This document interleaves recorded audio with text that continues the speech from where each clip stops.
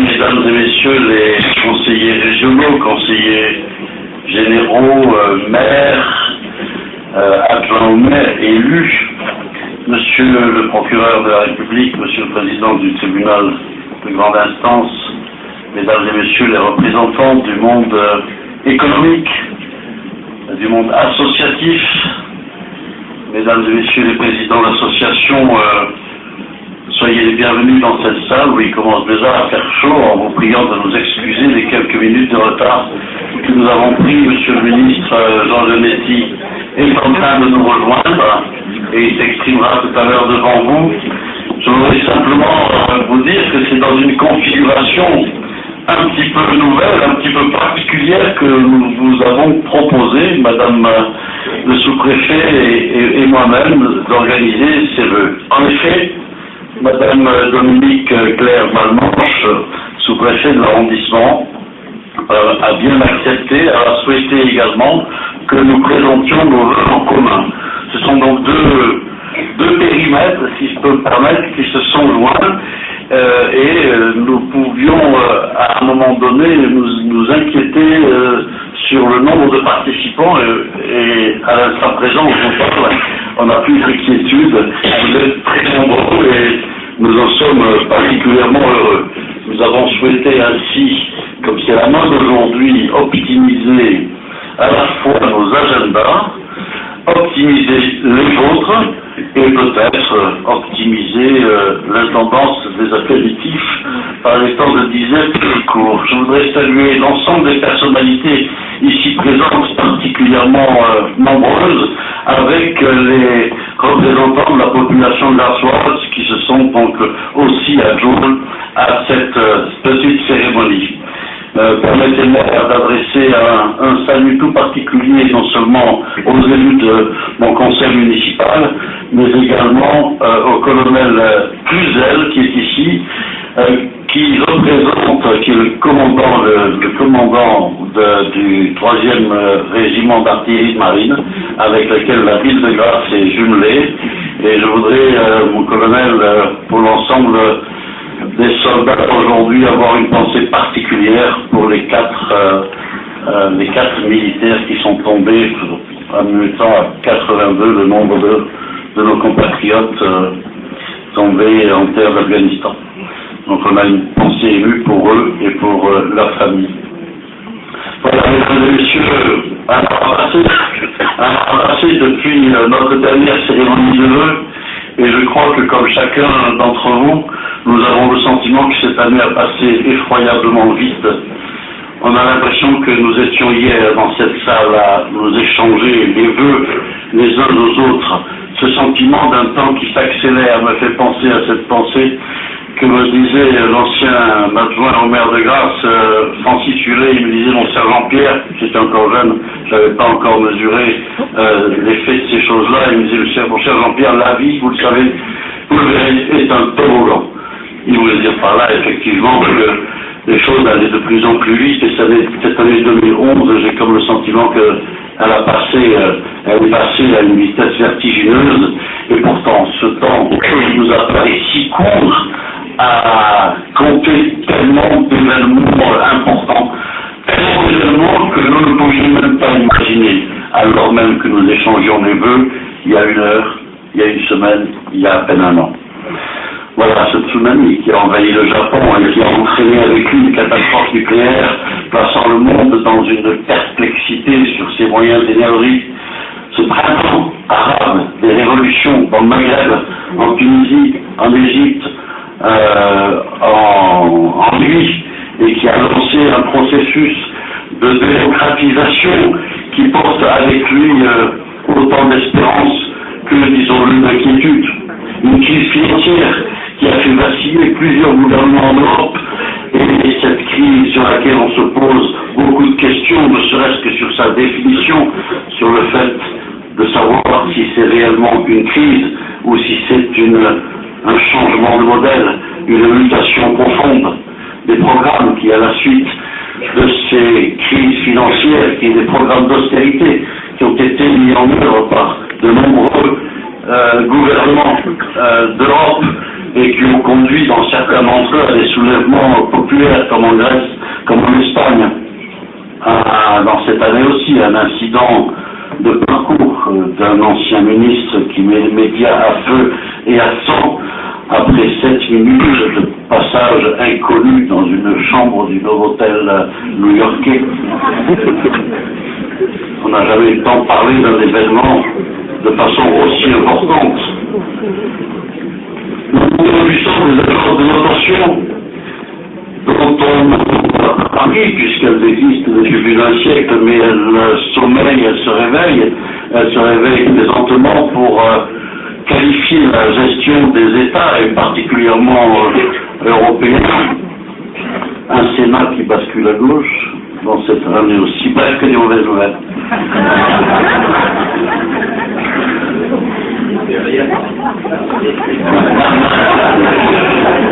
Alors, mes chers amis, mesdames et messieurs, et je peux me permettre, chers amis, quand on a entendu lu le journal au petit déjeuner, le matin, qu'on a écouté dans la voiture la radio aux 13h, et qu'on prend le 20h sur une chaîne de télévision, il faut avoir désormais les reins solides pour rester debout et garder le moral. Parce que nous sommes dans cette espèce de société où l'opinion est au plus bas de son moral. Alors moi je m'interroge, même si nous avons tous les reins solides, si tous ces événements, toutes ces mauvaises nouvelles qu'on nous annonce à longueur de journée, si ce sont réellement les symptômes d'une crise normale. Le tout d'ailleurs dans un environnement médiatique que je viens d'exposer, mais accéléré encore par la digitalisation des informations, leur numérisation, qui permettent de franchir en des microsecondes des dizaines de milliers de kilomètres, avec cette évolution que l'on qualifie de numérique, qui fait qu'aujourd'hui, en quelques années, nos comportements sont en train de changer, mais de façon extrêmement profonde. Vous le savez, Facebook, qui n'a que 7-8 ans, compte aujourd'hui 800 millions de membres, et accueille 30 milliards de documents chaque année nouveaux. Vous savez qu'on estime à 294 milliards le nombre d'emails envoyés par jour. Et on estime à 12 millions le nombre de SMS par minute. Alors quand quelqu'un a pas de moral à Tokyo, il le transmet en microseconde à Paris et ça fait 4 fois le tour du monde et les bras baissent. Alors, tous ces éléments, mesdames et messieurs, c'est pas pour amplifier le phénomène ici dans cette salle, au contraire. C'est pour nous poser la question de savoir si cette période que nous sommes en train de vivre et cette période que nous sommes nous-mêmes, pour la plupart d'entre nous, de gérer en tant que responsable économique, responsable politique, responsable associatif, responsable dans tous ces domaines de l'activité quotidienne de nos territoires, si nous sommes dans une crise normale dont on va sortir en baissant la tête et en laissant passer le temps, ou si nous sommes dans une inflexion de notre société, voire une mutation profonde, et à ce moment-là, il faut se poser la question de ce que l'on peut faire pour contribuer à franchir cette mutation. Alors, personnellement, je pense plutôt que nous sommes à la fin d'un cycle, mais je m'en à l'aborder avec le pessimisme d'ambiance et l'esprit anxiogène qui est celui qui essaie de nous entraîner vers le bas. Cette période que nous avons à franchir, à aborder et à franchir, je nous la souhaite en ce début d'année 2012, je nous la souhaite avec une capacité d'avoir une sage sérénité. La preuve est faite que les énervements et les colères ne font pas avancer les choses. Une nécessaire lucidité, car là aussi, encore faut-il bien essayer de comprendre les situations et les problèmes qui se posent, ne pas les enjoliver outre mesure, et ne pas non plus les dramatiser outre mesure, et, j'ose le dire, l'aborder avec un optimisme raisonné. On a reproché ce terme d'optimisme, et je le comprends que des personnes qui peuvent être dans une situation de difficulté temporaire ou longue, que ces personnes ne puissent pas comprendre que malgré tout on peut avoir un comportement, une attitude, un état d'esprit qui porte vers le positif et vers l'optimisme. Je le comprends, mais le pessimisme n'a jamais résolu les choses pour autant. Et je voudrais que nous, en tout cas je m'inculque régulièrement, je me mets dans l'esprit cette phrase que vous connaissez tous de Winston Churchill: le pessimiste voit de la difficulté dans chaque opportunité, et l'optimiste voit l'opportunité dans chaque difficulté. Nous sommes dans une difficulté. Nous sommes dans une difficulté qui n'est peut-être pas forcément pire que celle que nos aïeux ont pu rencontrer dans d'autres circonstances. Mais nous sommes incontestablement dans une période difficile. Et je nous souhaite simplement, en ce début d'année 2012, que dans ces craquements de la mondialisation économique, où on s'aperçoit de ces phénomènes émergents, de ces pays émergents, qui nous inquiètent en quelque sorte, je voudrais percevoir quand même quelque chose d'optimiste. C'est-à-dire la perspective d'une planète plus équilibrée dans les années et le siècle qui vient, dans les craquements de la mondialisation de l'information. Je veux voir un bond en avant, et en saluant Monsieur le ministre Jean Leonetti de son arrivée, on applaudit.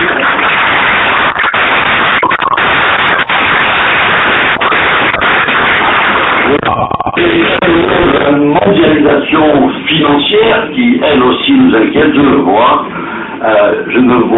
les pistes d'une prise de conscience pour nous amener vers un demain qui s'appuie sur, au fond, d'autres valeurs que celles du bas de bilan et uniquement des finances.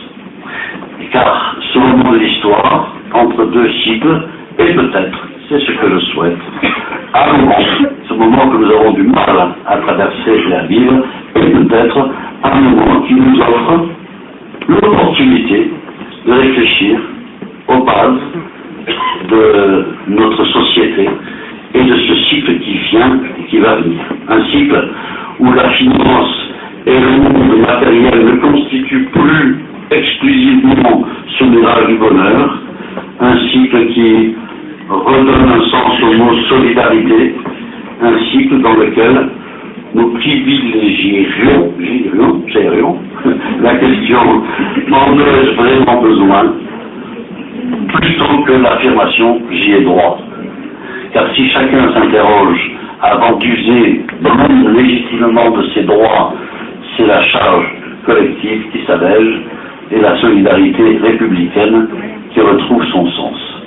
Je veux que j'explique que chacun, parce que ça démarrera de là, il faut attendre des échelons supérieurs, des orientations, mais au fond, c'est dans chacun de nous, et particulièrement les responsables de terrain, que les choses devraient évoluer.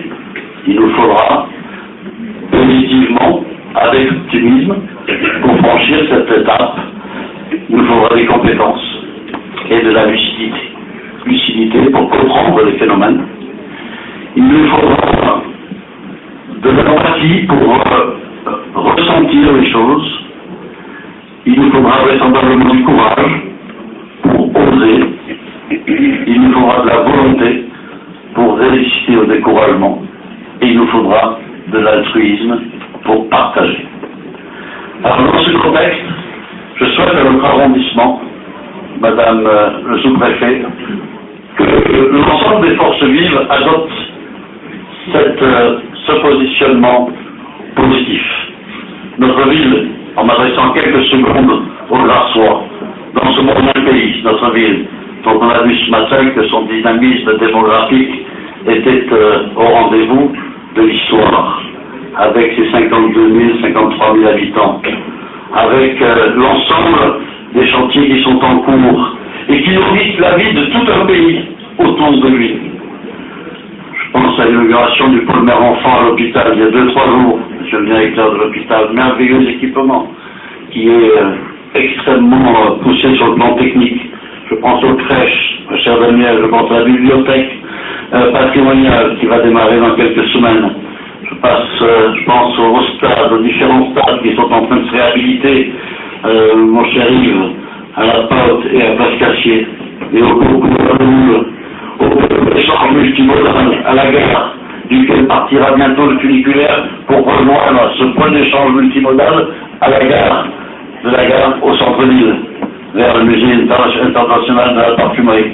Et je pense à ce merveilleux bâtiment de l'espace Jacques-Louis Lyons qui nous démontrer que l'économie grassoise, dont le salut des chefs d'entreprise important dans l'assistance, ainsi que les personnalités qui fédèrent ces entreprises, qui démontrent que la parfumerie grassoise, avec sa composante des éléments, des arômes alimentaires, est une industrie qui est dynamique, qui est forte, qui est porteuse d'avenir, porteuse d'emploi, porteuse de développement. Quand on voit l'observatoire économique de la Côte d'Azur qui a été publié à la fin du mois de décembre dernier, on constate que le territoire du Pays grassois, avec ses entreprises liées à leur tradition économique de la parfumerie et des arômes, tire l'économie, développe des chiffres d'affaires en augmentation, ce qui n'est pas fréquent aujourd'hui, développe des capacités d'emploi. Je pense qu'on a toutes les raisons de se dire que notre territoire a tous les atouts pour franchir cette étape. Quand je vois un chef d'entreprise, que je salue dans la salle, qui décide d'investir 27 millions d'euros en pleine période de crise 2010, n'est-ce pas là le symbole que ces chefs d'entreprise sont pleins d'une volonté d'avenir, avec toutes les options possibles en matière de développement économique et de l'emploi. Quand je vois qu'une société, jusqu'à présent parisienne, et comme Louis Vuitton, s'intéresse à la ville de Grasse pour y développer un certain nombre d'activités, je me dis que tous les travaux de nos ancêtres et des chefs d'entreprise actuels, eh bien, il a encore ses résultats et ses potentialités. Je suis donc particulièrement, raisonnablement optimiste pour la capacité qu'a notre territoire à traverser cette période et à transformer le cycle ancien en un cycle nouveau, un cycle qui sera porteur aussi de bonheur apporté aux uns et aux autres. Grasse n'est pas seul dans l'arrondissement. On l'avait remarqué, et tout en saluant mes collègues parlementaires, le sénateur maire de Valbonne, Marc Donis, le député maire de Cannes, Bernard Brochant, pardon, je voulais te garder pour la fin, Michel. Meilleur pour la fin. Le député maire de Roquefort, Michel Rossi, et notre ami qui représente. Je salue non seulement en tant que ministre, mais comme maire d'Antibes, puisque je parlais du fait que la ville de Grasse n'était pas seule dans notre arrondissement, et je voudrais vous dire 2 mots d'intercommunalité. 2 mots dont je n'ai pas eu le temps, même sous ma douche tout à l'heure, de ciseler la précision. Ça va être un moment de spontanéité. Ça va être un moment de spontanéité. Accroche-toi. Je voudrais dire, dans cette nécessité, pour un grand nombre de raisons, qui se pose pour les communes de s'unir.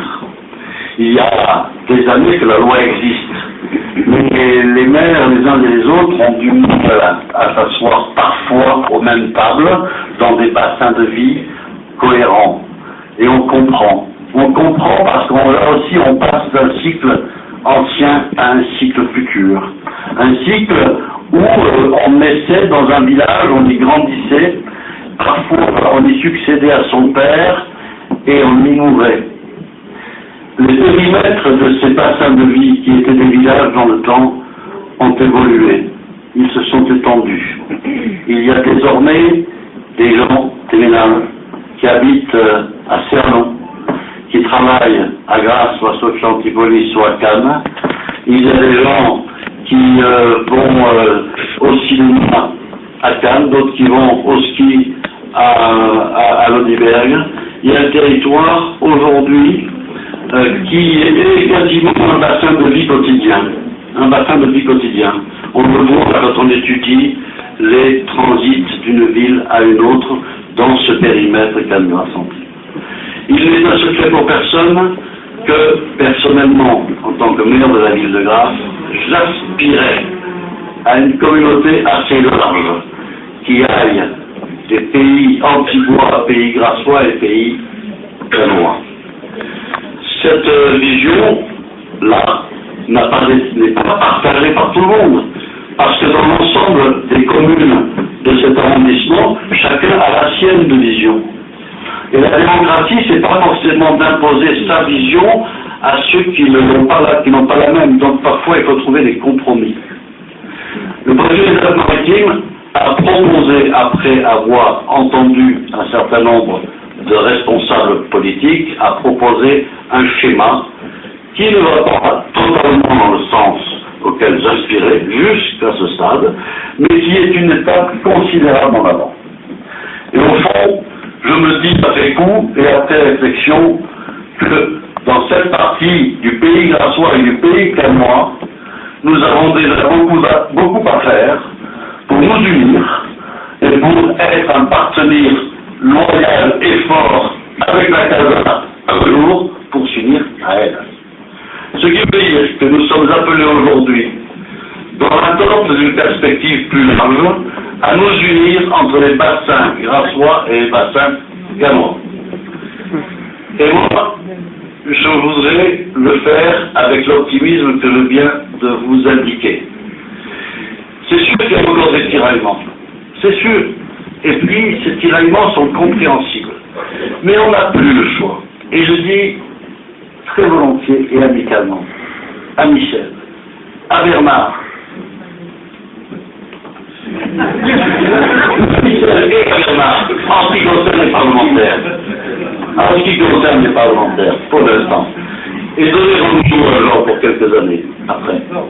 Mais je leur dis, bon, et je leur dis, allons-y, mettons-nous autour de la table, comme on a déjà fait d'ailleurs, invitons la communauté des Monts d'Azur, ma chère Michel, mon cher Thierry, la communauté des Terres de Sienne, mon cher Jean-Marc, et M. Coulet, qui est excusé. Venez, on va s'asseoir, on va le faire ensemble. Ensemble, on va faire un superbe territoire. Parce que c'est un beau territoire. C'est un territoire de richesse à partager, à développer. Et je suis extrêmement volontaire pour essayer de travailler ensemble pour que, au fond, l'objectif de l'intercommunalité soit satisfait, c'est que quel que soit le citoyen dans ce territoire, il ait la même dimension de service public. Et qu'on puisse uniformiser ce territoire en termes de service public, parce que les habitants qui y sont vivent dans toutes ces parties de ce territoire. Voilà, c'est le vœu que j'exprime pour notre intercommunalité, avec beaucoup d'optimisme et beaucoup de conviction. Voilà. Le protocole, quand ça ne satisfait pas à 100% à tout le monde, mais il faut trouver les moyens termes. C'est un peu ce que veut la démocratie en quelque sorte. Il y a rarement des gens contents et on est souvent dans le compromis quand on débat. Et bien on est dedans. Et en tout cas, moi je souhaite avoir un comportement extrêmement positif, d'un staff, comme on dit dans mon pays, de du travail. Il y a beaucoup à faire, c'est pas simple, mais je nous propose de le faire en toute amitié. J'ai oublié de saluer mon ami qui représente Christian Estrosi, le maire de Nice, Marouane, Le Gnin. Merci d'être là aussi. Bon, écoutez, j'avais convenu avec madame la sous-préfète que nous raccourcirions nos discours.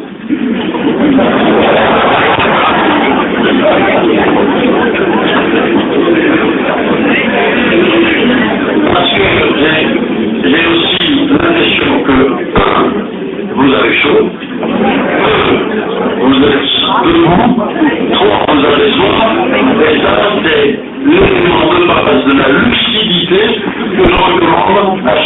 chacun d'entre vous et que j'essaye d'appliquer à moi-même. Merci de votre attention.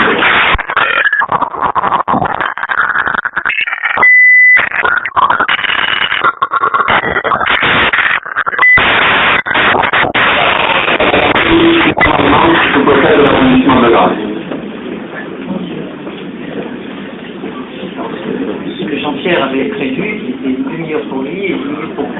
En me demandant si possible de raccourcir mon discours. Monsieur le ministre, monsieur le sénateur-maire, madame et messieurs les parlementaires, mesdames et messieurs les élus, monsieur le procureur, mesdames et messieurs, mesdames les autorités civiles, militaires et religieuses, vous le savez, pour tous ceux qui ont été à d'autres vœux, la période de réserve, ou plus précisément une période de discrétion avant cette période des réserves, a fait que je ne m'exprime à aucun vœu des communes. Parce que pour être égal, il faudrait que je fasse le même discours à toutes les communes, ce qui serait sans doute assez fastidieux. Et c'est la raison pour laquelle ce seront les seuls vœux que je prononcerai dans l'arrondissement. Je tiens à m'en excuser, beaucoup se sont plaints que je n'ai pas pris la parole. De cette façon, chaque commune en aura sa part et toutes les auront tout entier. D'abord, merci, monsieur le sénateur-maire, d'avoir cette idée de présenter ensemble les vœux de l'arrondissement. C'est un beau témoignage de la façon dont nous devons travailler, c'est-à-dire ensemble, l'État et les élus sur un territoire. Ce sont mes premiers vœux de sous-préfet d'arrondissement de Grasse. Et je dois avouer que je me suis couché hier soir en me demandant, mais qu'est-ce que je vais bien pouvoir leur raconter? Et puis j'ai réalisé que grâce à Alphonse Daudet, ce défi pourrait peut-être être relevé. Il m'est revenu ce poème que vous connaissez tous, qu'Alphonse Daudet avait écrit en hommage à Stéphane Liégard, celui-là même qui trouva l'appellation de Côte d'Azur, et dans lequel le sous-préfet parti en calèche au comice agricole de la Combe-aux-Fées cherche à écrire son discours. Il trouve que messieurs et chers administrés, et il va s'arrêter dans l'instant dans un petit bois de chêne vert pour y trouver l'inspiration, où il va être interpellé par la fauvette, le bouvreuil, le pivert, les violettes. Alors avec cette idée en tête, je me suis endormi, plus tranquille, et me mis en rêve, moi aussi, dans mon bel habit brodé, au fond d'un petit bois de chêne vert ou d'olivier sans doute, en train d'essayer d'écrire ce discours. À mon arrivée, les oiseaux ont eu peur, ils se sont cachés, les sources n'ont plus osé faire de bruit, et les violettes de Tourette bien sûr, se sont cachés dans le gazon, et tout ce petit monde qui n'a jamais vu de sous-préfète se pose des questions sous la feuillée. Et moi, ravi du silence et de la fraîcheur du bois, je pose mon tricorne sur l'herbe et je m'assois dans la mousse au pied d'un jeune olivier. Puis j'ouvre sur mes genoux ma grande serviette de chagrin gaufré et en tire une large feuille de papier ministre. La fauvette m'interroge. Êtes-vous une artiste? Cette fauvette, ce sont les chefs d'entreprise de cet arrondissement, qui ont l'espoir que je comprenne leur art et que je les aide à le pratiquer là où ils se perdent parfois dans le labyrinthe des règles administratives. Je réponds à la fauvette que non, que je ne suis pas une artiste, mais que ma porte leur a toujours été ouverte en 2011 et qu'elle le sera encore plus en 2012. Entre ici, chef d'entreprise, avec ton cortège de projets dont ce territoire a tant besoin. Puis je vous qui vient à moi. Êtes-vous plutôt une princesse? Ce bouvreuil, ce sont tous les citoyens de cet arrondissement, qui par milliers se pressent à la porte de ma sous-préfecture, qui m'écrivent pour me faire part de leurs difficultés, et qui ont l'espoir que l'État trouve un remède à leurs problèmes, à leur détresse. Je réponds au bouvreuil que non, je ne suis pas non plus une princesse. Et l'État peut décréter du jour au lendemain la fin du chômage, faire sortir les logements de terre, ou supprimer toute forme de violence ou d'incivilité. Mais je me bats avec les agents de ma sous-préfecture, les services de l'État, les forces de sécurité, et main dans la main avec les élus, pour que nous en fassions toujours plus dans chacun de ces domaines. C'est un labeur quotidien, 7 jours sur 7, 24 heures sur 24, et j'ai l'intention de trouver en 2012 une 25e, une 26e heure dans une journée pour en faire davantage. Et puis voici les violettes qui ont appris et s'interrogent. Est-ce que c'est méchant? Puis ils tentent de me séduire en demandant « Sentez-vous que nous sentons bon ?» Ces violettes, ce sont les élus, qui ont vu passer les représentants de l'État et qui, chaque fois qu'une nouvelle se présente, se demandent si celui-là ne va pas les empêcher de faire ce qu'ils veulent. Non, mesdames et messieurs les élus, je ne suis pas méchante. J'applique la loi que nos représentants nationaux ont votée. Lorsqu'elle fixe un chemin unique, je l'applique. avec fermeté, mais je suis toujours prête à l'expliquer.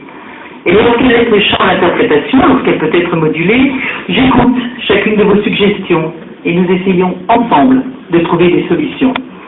Après tout, si je suis à la tête d'un arrondissement, c'est bien pour essayer d'arrondir les angles. Je souhaite que nous puissions continuer à le faire de la même façon en 2012. Je sais ce que c'est, s'écria Laura du Rossignol, qui a passé tout l'été à chanter dans les jardins de la sous-préfecture. C'est une sous-préfète.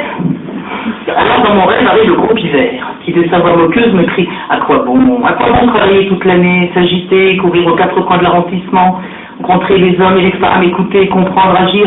Ce gros Pivert, c'est le fatalisme qui fait baisser les bras, le cynisme qui empêche d'espérer, l'égoïsme qui interdit de travailler ensemble.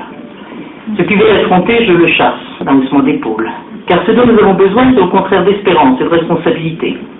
Cet arrondissement de Grasse a des atouts exceptionnels, des technologies de pointe de Sofia aux plages de Cannes, du patrimoine des villages du Haut-Pays au savoir-faire incomparable de ces parfumeurs de Grasse. Nous avons tous les raisons d'espérer, et il le faut, car c'est ce qu'il faut entreprendre. C'est notre responsabilité de ne jamais nous contenter de ce que nous avons fait durant une année, mais de rechercher tout ce que nous pourrons faire de mieux dans l'année qui vient pour les habitants de ce territoire. Il est temps de réveiller de ce rêve. Alors, vous ne me verrez pas, comme le sous-préfet d'Alphonse Daudet, couché sur le ventre dans l'herbe et débraillé comme un bohème, en train de mâchonner des violettes tout en écrivant des vers. Mais vous verrez, ça je vous le garantis, à vos côtés, pour rappeler leurs devoirs à ceux qui les oublient, défendre les droits de ceux qui sont menacés et vous accompagner toutes et tous dans chacun de vos projets. Alors, j'avais déjà le début du discours, mesdames, messieurs et chers administrés, la suite ce sera très honnête 2012, à vous et à ceux qui vous sont chers.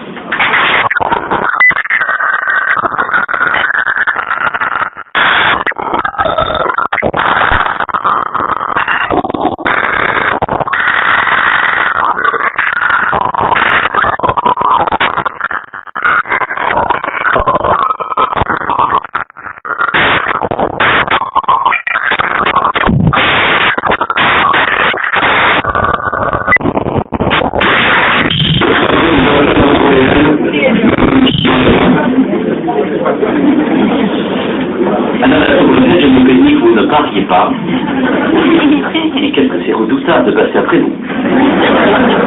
J'ai noté que nous étions des violettes, et il me semble que votre diagnostic est erroné.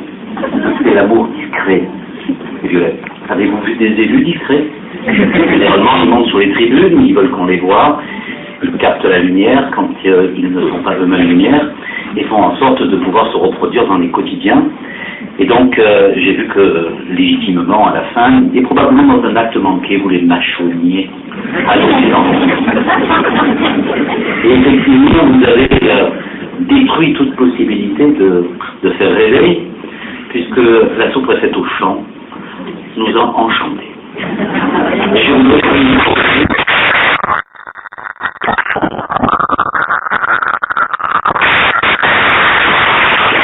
À côté de Michel, de Marc, de Bernard, de Michel et de vous tous, amis conseillers généraux, élus, conseillers municipaux, et puis en particulier de Jean-Pierre.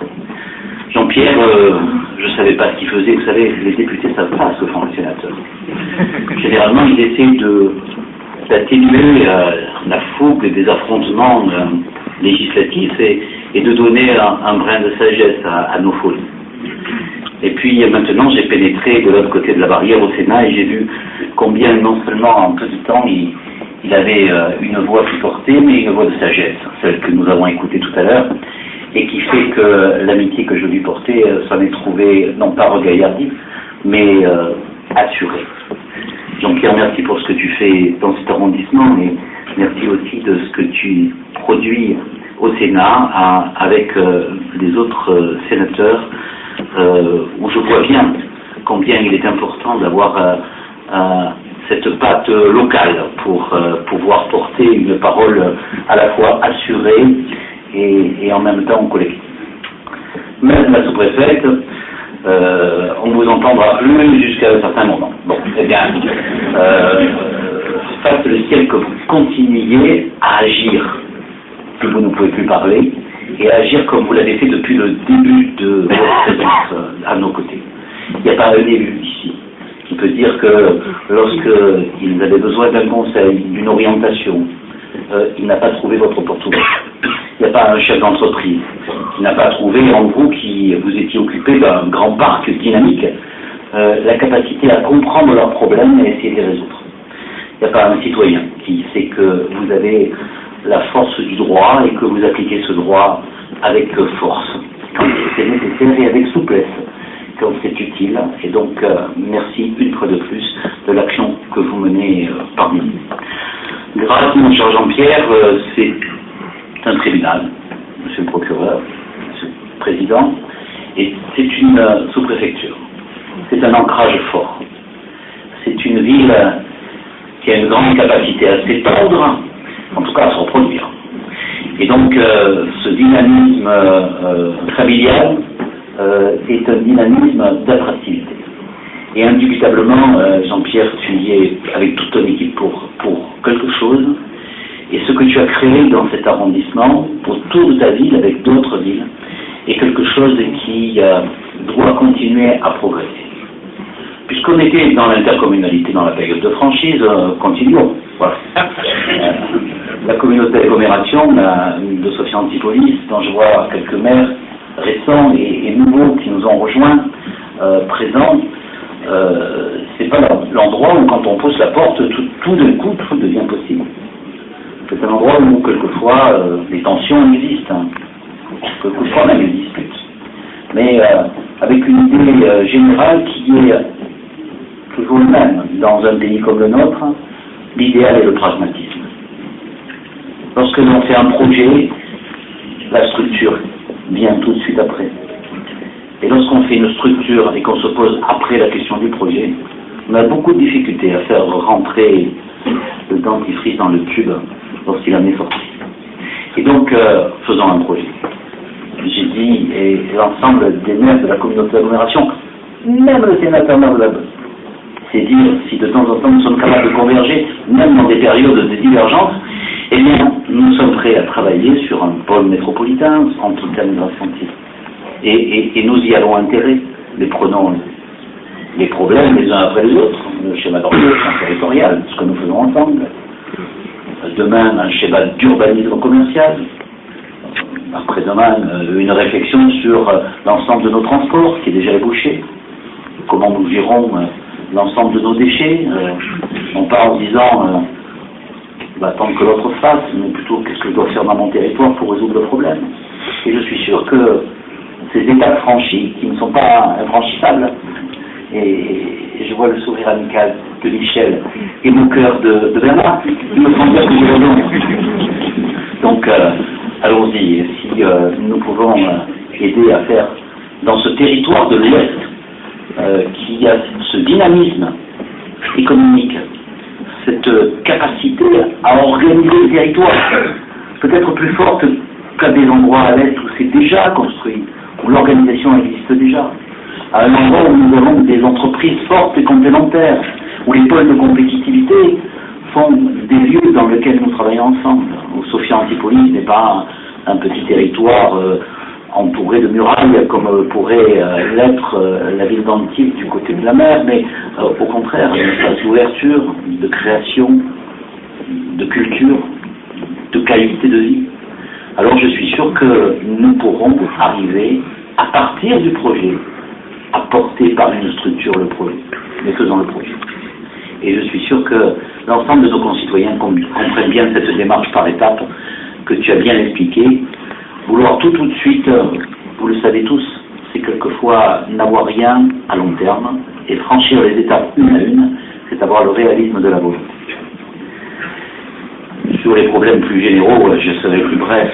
Jean-Pierre l'a dit avec beaucoup de talent. D'abord, nous avons traversé des crises lourdes, difficiles. Une crise économique et financière, dont nous voyons aussi les conséquences dans notre territoire, une crise énergétique et une crise écologique, avec la catastrophe Fukushima, et puis une crise géopolitique avec le printemps arabe et tout ce que ça comporte d'espoir et de crainte, d'inquiétude et de confiance. Et au fond, l'avenir n'est rien d'autre que cette capacité à appréhender l'avenir avec ce double visage. Certains auront peur et diront il faut revenir comme avant. Il faut revenir au village. Il faut revenir au moment antérieur. Il faut remonter le temps. Et cela, ça veut dire qu'ils n'ont pas confiance ni en nous, ni en la France, ni en notre territoire. Et puis, il y a qui disent, surtout ne bougeons pas, vous allez voir que ça va passer. Et moi qui suis médecin, je vous garantis que lorsque le malade est malade, il ne suffit pas de lui dire que ça va passer, il faut avoir un bon diagnostic et une bonne thérapeutique. Et le bon diagnostic exige de la lucidité. Ce n'est pas la faute des autres. Ce n'est pas la faute de l'étranger. Ce n'est pas la faute du territoire d'à côté. C'est en nous que nous devons trouver les ressources pour affronter ce que nous avons ensemble généré, et ça n'est même pas les politiques antérieures. Il y avait une période dans laquelle l'argent était facile, la croissance était là et la dette était possible. Et puis un jour, le créancier est venu frapper à la porte. Il le frappe à la porte de la famille, à la porte de l'entreprise, à la porte du territoire, de la collectivité ou de l'État. Le créancier est exigeant, il exige son dû. Et la perte de souveraineté, la perte de liberté, c'est bien celui qui n'a pas les moyens de rembourser sa dette. Et donc c'est en nous que nous devons trouver les ressources nécessaires à la fois pour, tiens, ça ressemble à la France, ça ressemble à l'Europe, ça ressemble à l'intercommunalité. Discipline et solidarité. Parce que si la solidarité se fait sans discipline, alors elle est dans un puits sans fin et on se trouve dans la situation que trouve là aujourd'hui la Grèce, aux dépens des Grecs. Mais si on fait la discipline sans la solidarité, alors on écrase les peuples et on tue la croissance. Et trouvons cet équilibre dans le territoire comme au niveau national, avec cette capacité de confiance. Oui, l'histoire ne se remonte pas, oui, l'histoire ne s'arrête pas. L'histoire, l'avenir, ne se rêve pas non plus, il se construit. Et effectivement, ici, il y a des chefs d'entreprise, dans les petites et moyennes entreprises, comme dans les entreprises plus importantes, qui sont capables d'investir. Il y a des villes comme la tienne, comme les nôtres, qui sont capables, dans un moment difficile, de regarder l'avenir avec confiance et d'investir. Et c'est ceux qui accepteront le diagnostic avec lucidité, qui franchiront l'obstacle avec courage et qui auront confiance en eux, et donc en nous, et qui considéreront que personne ne peut s'en tirer tout seul, qui gagneront. Parce que personne ne peut s'en tirer tout seul. Même pas l'Allemagne au niveau européen, même pas les États-Unis d'Amérique au niveau mondial, même pas la Chine. Personne ne s'en tirera tout seul. Comme personne ne s'en tirera tout seul dans nos territoires, il n'y a pas un petit village qui peut vivre à autarcie, mais il n'y a pas une grande ville qui doit imposer à un petit village la perte de son autonomie, de son authenticité, sinon nous défaisons ce que nous avons lentement tissé, ce réseau d'amitié, de solidarité, et qui fait les peuples, qui fait la force des peuples. Et la force des peuples est faite de diversité. Et quoi de plus divers que le peuple français qui a traversé tant d'épreuves et qui a toujours été capable à un moment donné de retrouver, à cause de sa diversité, son unité. Et je le dis aussi à toi, Marwan, parce que je sais que nous avons dans nos territoires des hommes et des femmes qui sont issus d'immigration successives. Et si nous leur donnons un idéal, ils seront capables à ce moment-là de se rassembler. Et si nous les renfermons dans leur passé, à ce moment-là, nous aurons des difficultés. Comment, dans ce territoire, ne pas concilier la tradition et la modernité? C'est un slogan volé par Valbonne Sofiane Police à l'ensemble de ce territoire, mais qui est juste. Qui correspond bien à ce territoire grassois. Et oui, c'était la terre des parfums. Et vous ne croyez pas que demain, nous pouvons aussi créer dans ce territoire, à partir du non-reniement de notre passé, un avenir plus conforme à la modernité du XXIe siècle, plutôt que de continuer à dire avant c'était bien, quand il y avait deux guerres, quand il y avait le racisme et la xénophobie qui s'abattaient sur la France, avant c'était bien, quand le terrorisme international a détruit les deux tours jumelles, avant c'était bien, lorsque les enfants travaillaient dans les usines, avant c'était bien, lorsque la médecine n'avait pas été capable de nous donner 10 ans de plus, balayer cette nostalgie passéiste. Le siècle qui s'ouvre devant nous est difficile, et le siècle qui s'est passé antérieurement, mais qui n'est pas difficile pour ceux qui l'ont traversé et pour nos parents et nos aïeux qui ont été capables de surmonter les obstacles dans des situations bien plus difficiles et qui ont fait la France dont nous avons hérité. Pourquoi serions-nous la seule génération à n'avoir aucune difficulté à ramasser les fruits de ce que les autres ont construit et à ne rien redistribuer aux enfants en leur faisant porter le poids de nos erreurs ou le poids de la dette? Eh bien, je suis sûr qu'à l'intérieur de chacun d'entre nous, il y a cette force et ce courage. Et puis aujourd'hui, le président de la République a présenté ses vœux à l'ensemble des diplomates et il a rappelé que 4 Français étaient morts. 4 Français sont morts en Afghanistan. En même temps, le président de la République a pris des décisions à la fois fermes et courageuses qui s'imposaient dans cette circonstance.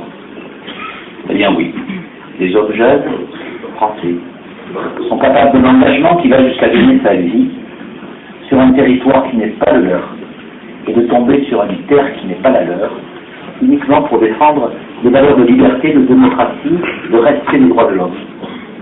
Est-ce que ça ne doit pas aussi nous interpeller sur la capacité d'engagement de notre jeunesse, sur le respect que nous devons à ces hommes qui sont allés au bout de leur engagement pour des valeurs que nous défendons au quotidien et qui se sont incarnées par le sacrifice de leur vie. C'est la raison pour laquelle dans ces vœux, je vous dis, je ressens à la fois, comme vous tous, une grande tristesse et en même temps une grande fierté.